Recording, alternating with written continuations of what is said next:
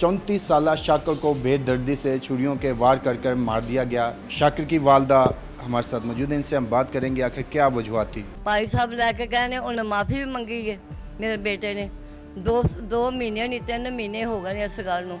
उन्हें सा के मेरे बेटे ने मेरा मारिया गया वे। ये हमारे मोहल्ले में इमरान इसको कहते हैं, सही नाम जमील है इसका, कत्ल कर दिया छुरियों के साथ। तो छोटे मतलब कि थोड़े से हम लोगों ने पैसे देने थे, तो इन्होंने 300 रुपया बना लिया, ज़्यादा पैसे बना लिए। तो वह कहने लगा मैं दिहाड़ी वाला बंदा हूँ, मैं बेतुका पैसे नहीं दे सकता, देने को तो मैं दे दूँ।